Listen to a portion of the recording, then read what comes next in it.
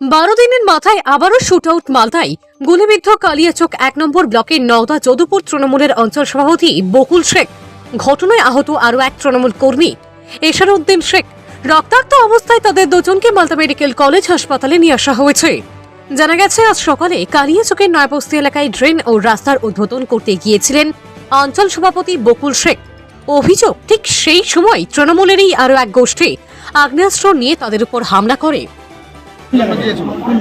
ওটা সালেপুর মমিনপাড়া। ওখানে একটা মেম্বারকে বললো যে আপনি টিএমসি করতে করতে অন্য দলে ভিড়ে গেল, তো কাম কাজগুলো করবে না, তো মানুষ তো বকাবকি করবে, কাম কাজগুলো করো, ওকে এটা বললো।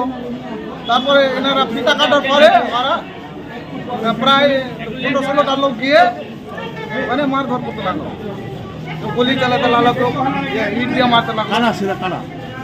ওটা আপনার জাকিরের ছেলে। জাকিরকে? ওটা আপনার কাসিমনগরে।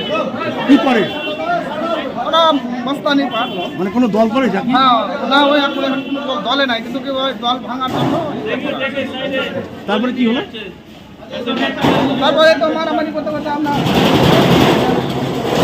এনাকে নিয়ে আসলাম।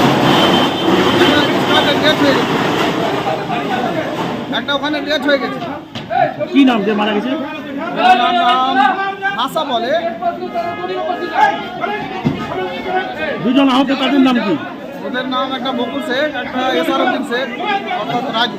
কিভাবে আহত হয়েছে? কোথায় গুলি লেগেছে? ওখানে ওখানে মারপিট করেছে, ওরা মেরেছে, গুলি বারুদ করেছে। আপনার নাম কি? মাহবুব।